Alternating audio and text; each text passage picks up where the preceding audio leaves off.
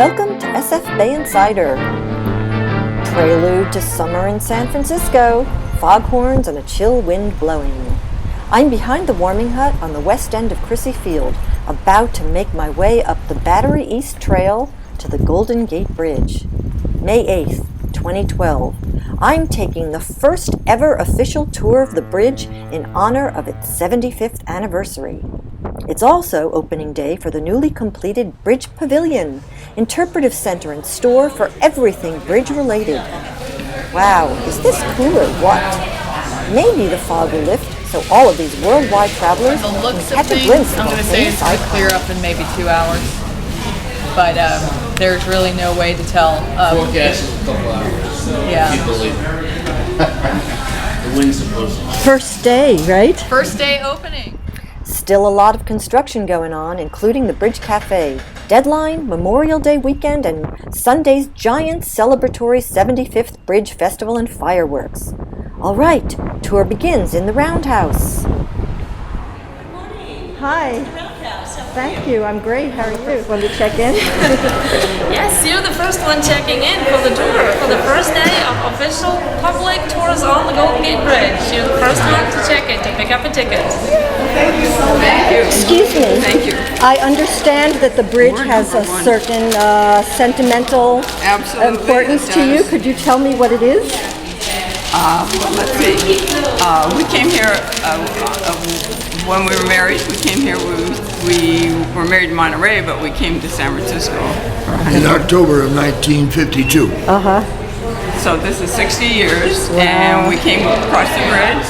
And my first sight of the bridge was like today. I couldn't see My it. name is Katy and I'm going to be your tour guide this afternoon, or maybe I should say I'm going to be your storyteller, because that's what history is. It's stories about people and emotions and politics and conflicts and achievements and accomplishments.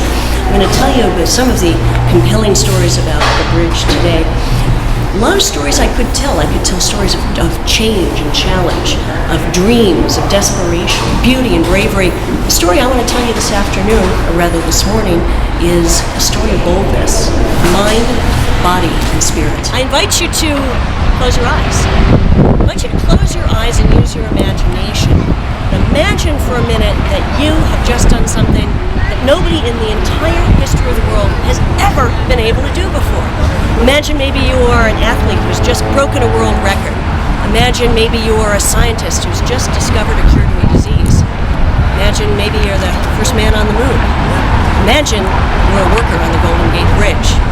When you open your eyes, see your accomplishment, you would have that sense of pride and satisfaction knowing that you had done something never before done, and something that many people thought, in fact, was impossible to do. The Golden Gate Bridge is an engineering marvel. It is considered one of the 7 wonders of the modern world by the American Society of Civil Engineers. Now, what's up? You know, it's a bridge, right? It's steel and girders and rivets. What makes it so special?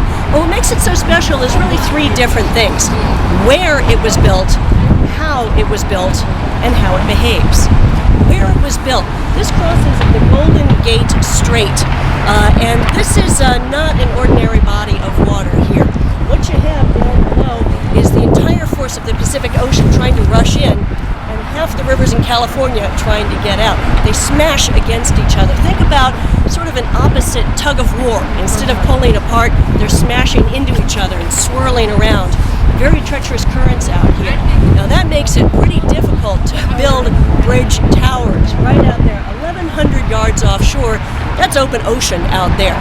That was a civil engineering feat that was beyond the measure of anything that had actually ever been accomplished before, or even attempted.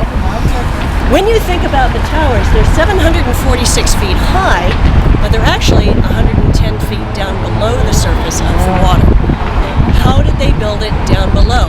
It was divers going into those treacherous, swirling water. It took a bold man to work on this bridge. In fact, there was a fellow here, Alzampa. He said to work on the bridge you had to be quick, strong, you had to be able to climb like a monkey, be agile like you as a cat, have a lot of guts, and be scared of nothing. Putting the cable together here. This looks like probably a fairly balmy day on the bridge because it looks like they're only wearing maybe 3 or 4 layers. To give you an idea of how cold it was, guys would ordinarily wear 2 pairs of pants, a number of shirts, and in the wintertime up to 3 or 4 sweaters as well. Alzampa had a similar feeling. He said it maybe not in such lengthy, lofty words, but I think with just as much eloquence. Here's what he had to say about his part in building this beautiful icon we enjoyed today. He said, "We all got to do this. We got to put this up." Yes. You must take home a tour souvenir, a virtual green screen photo of you perched on top of the bridge cables. You know, when the fog lifts, you get stunning views like this. Photo op! But Mother Nature has other plans today. She's decided upon pea soup. A quote attributed to Mark Twain goes something like this: "The coldest winter I ever saw was the summer I spent in San Francisco."